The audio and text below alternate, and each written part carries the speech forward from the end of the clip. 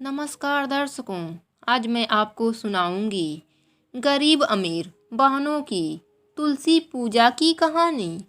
शाहपुर नाम का एक गांव था। उस गांव में लाल बचन नाम के एक सेठ रहते थे। वह बहुत अमीर थे। उनकी पत्नी सुशीला और उनकी दो बेटियां रीमा और सीमा एक ही साथ रहते थे। रीमा 6 साल की थी और सीमा अभी 6 महीने की हुई थी। तभी उसकी माँ की मृत्यु हो गई। सेठ अपने छोटी बेटी को अपने पत्नी के मृत्यु का कारण मानते थे। इस कारण अपने बड़ी बेटी को अच्छे कपड़े और अच्छे खाने को देते और छोटी बेटी को फटे पुराने कपड़े और बचा हुआ जूठे भोजन देते। छोटी बेटी जब थोड़ी बड़ी हुई तो वह तुलसी माता की पूजा करने लगी। वह सुबह उठकर स्नान करके तुलसी की पूजा करती, घर के कामों को करती। पर बड़ी बेटी नहा धोकर अपने सहेलियों के घर गांव में आस पड़ोस घूमने चली जाया करती। एक दिन छोटी बेटी सीमा ने कहा, दीदी आप भी तुलसी माता की पूजा कर लिया कीजिए। तुलसी माता की पूजा करने से भाग्य बदल जाते हैं और मन में अपार शांति मिलती है। यह बात उसके पिता लाल बचन सुन लेते हैं। वह बोलते हैं, तुम अपना भाग्य बदलो, मैं अपने लाडली बेटी का भाग्य खुद बदल लूँगा।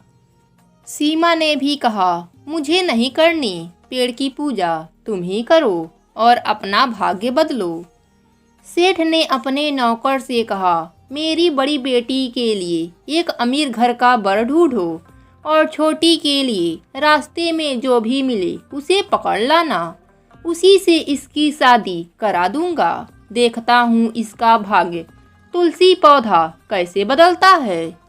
इस प्रकार बड़ी बेटी की शादी एक सेठ के लड़के से हो जाती है और छोटी सीमा की शादी रास्ते में मिला एक लकड़ीहारे से हो जाती है। दोनों लड़कियां अपने ससुराल आ जाती हैं। बड़ी बेटी को सेठ लाल बचन बहुत सम्मान देता है और छोटी बेटी सीमा को सिर्फ एक जोड़ी कपड़ों में विदा कर देता है। सीमा भी खुशी खुशी अपने ससुराल में आ जाती है। उसका पति दिन में जंगल में जाकर लकड़ियां काटता और नगर में ले जाकर बेचता। इस प्रकार उनकी रोजी रोटी चल रही होती है। सीमा ससुराल में भी तुलसी माता की पौधा लगाकर विधिवत पूजा करती। सुबह जल से सींचती, शाम को दिया लगाती। एक बार कई दिन तक बारिश होता रह गया, जिसके कारण सीमा का पति जंगल में लकड़ियां ना काट सका ना बेच सका, जिससे उनके घर में कई दिनों तक खाना नहीं बना। पर सीमा रोज की तरह तुलसी सेवा किया करती थी। जब बारिश बंद हुआ तब सीमा का पति जंगल में लकड़ियां काटी, बेची और घर आया। सीमा ने कहा, चलिए मंदिर दर्शन करके आते हैं। दोनों पास ही के विष्णु मंदिर में दर्शन के लिए गए।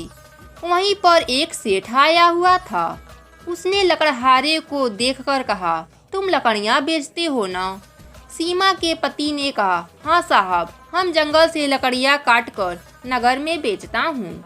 वह बोला, क्या तुम मेरे वहाँ काम करोगे? लकड़ीहारा तैयार हो गया। वह उसी दिन से सेठ के वहाँ मन लगाकर काम करने लगा। सेठ उसके ईमानदारी को देखकर कुछ जमीनें और रहने के लिए घर दे दिया। सेठ का कारोबार दिन दूना रात चौगुना बढ़ने लगा। सेठ इसका सारा श्रेय उस लकड़हारे को देता। एक दिन सेठ खुश होकर अपने कारोबार में से आधा उस लकड़हारे के नाम कर दिया। इस तरह सीमा के भाग्य में 4 चांद लग गए। एक दिन वह मंदिर से घर आ रही थी तो रास्ते में उसकी बहन मिली, जो कि बहुत ही गरीब अवस्था में थी। सीमा ने कहा, क्या हुआ दीदी, आप ऐसे क्यों हैं? रीमा ने अपने बहन को देखकर उसे गले से लगा लिया और फूट फूट कर रोने लगी। रीमा ने कहा, हमारी करनी हमारे आगे आ रही है तुम्हें बचपन से ही मैंने और पापा ने सताया है और तुलसी माता का अपमान भी किया है। उसी की सजा हम काट रहे हैं। सीमा ने कहा, क्या हुआ दीदी, आप पूरी बात बताइए। तब रीमा ने बताया, मेरे पति की हालत बहुत खराब है। घर का पूरा धन समाप्त हो गया उनके इलाज में। पिताजी के भी कारोबार में घाटा लग गया। उनके पास भी कोई काम नहीं, यहाँ तक कि वह अपने हाथ से बनाते और खाते हैं। उनकी स्थिति ऐसी हो गई है कि वह भोजन भी भरपेट नहीं जुटा पाते। पिताजी भी कह रहे थे कि तुलसी माता का श्राप लगा है। सीमा जब अपने पिता की ऐसी हालत सुनी तो वह तुरंत ही अपने पिताजी के घर पहुंच गई। उसने पहले तुलसी माता का जहां वृक्ष लगाया था वहां गई, पर यहाँ उसके जाने के बाद किसी ने उसमें जल नहीं डाला। इस कारण वह सूख गई थी। वहां पर सीमा ने दूसरा पौधा लगाया, सींचा और अपने पिताजी के पास गई।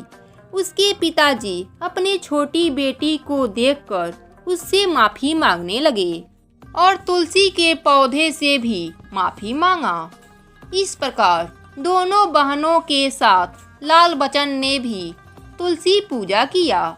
सीमा ने अपने बहनोई के इलाज के लिए पैसे दिए। अब सब लोग रोज सुबह उठकर तुलसी पूजा करने लगे। इस प्रकार उनकी स्थिति धीरे धीरे ठीक होने लगी।